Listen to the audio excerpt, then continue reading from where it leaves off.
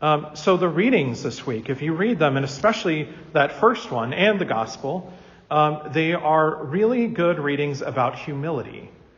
But I just talked about humility a couple of weeks ago. If you remember, I provided you with the litany of humility.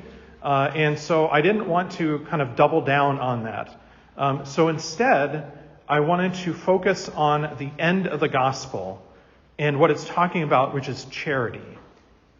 So we're going to focus on that idea of charity. And we're going to hear this again in the prayer after communion. And so I want you to listen to these words that you will hear again after communion. Renewed by this bread from the heavenly table, we beseech you, Lord, that being the food of charity, it may confirm our hearts and stir us to serve you in our neighbor. The food of charity to stir us to serve you in our neighbor. That's what charity is about. Charity is really a natural outcome of humility, which is what Jesus is getting at in our gospel today. And to remember that when I talked about humility, I quoted C.S. Lewis, who said that true humility isn't thinking less of yourself, but it is thinking of yourself less. Again, it's not putting yourself down. That's not humility. But humility is thinking about yourself less, which therefore means that you're thinking of others and thinking of God more. Now, you may know that charity is another word for love. The Latin word is caritas, which can be translated as either charity or love. And remember that loving God and loving our neighbor are united. We love God because he loved us first. We love God because he loved us first, and we love our neighbor because they are made like us in the image and likeness of God. Now, the problem is that a lot of us have an idea of a transactional relationship. We have this with others and we have this with God. What do I mean by that?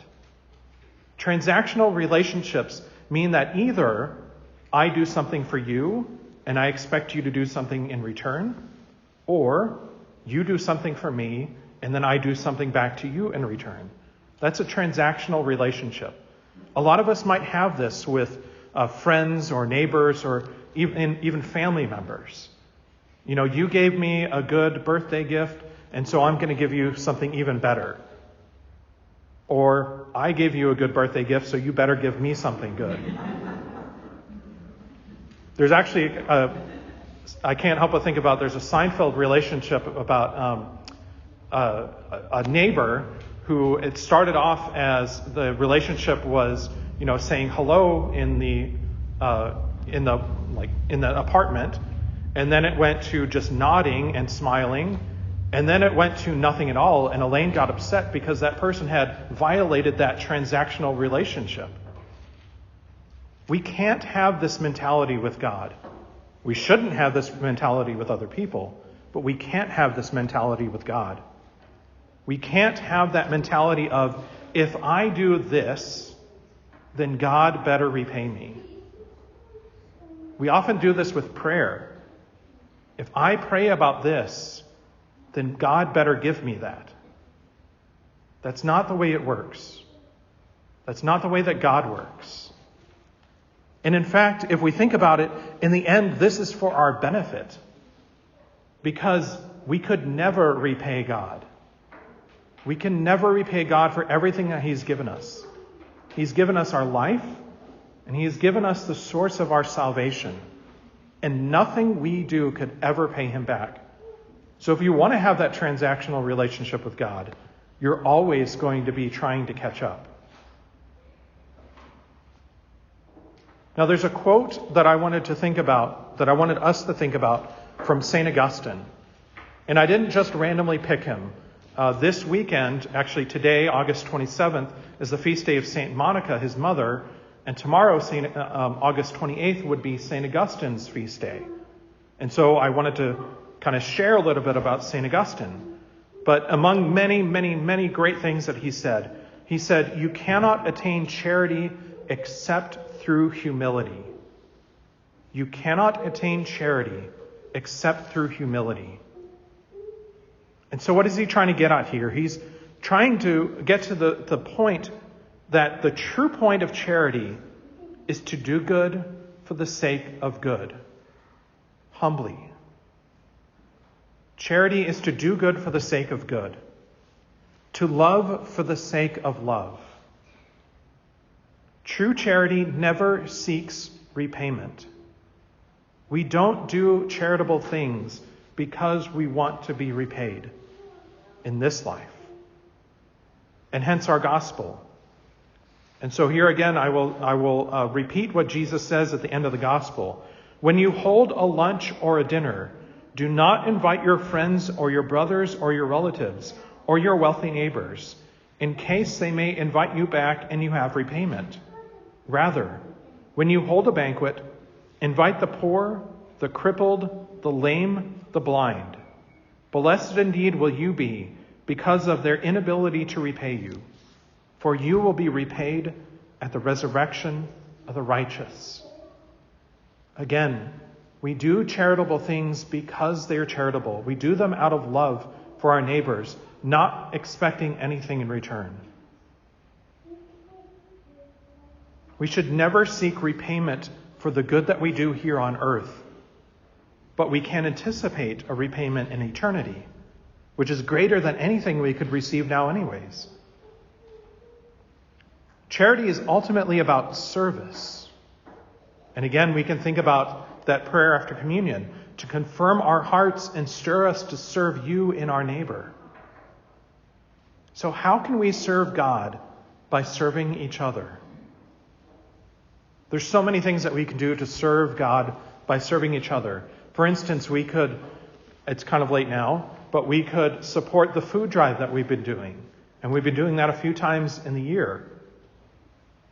We can serve God by serving at the Mass. And here's the reminder that on September 8th, we will be training Eucharistic ministers. And on September 15th, training new readers. If you're not already doing so, please prayerfully think about serving at the Mass. And if you already do, thank you for your service, and I hope that you will continue. And we should serve God in the Mass because it is good. Again, that's charity. Not because we get something from it.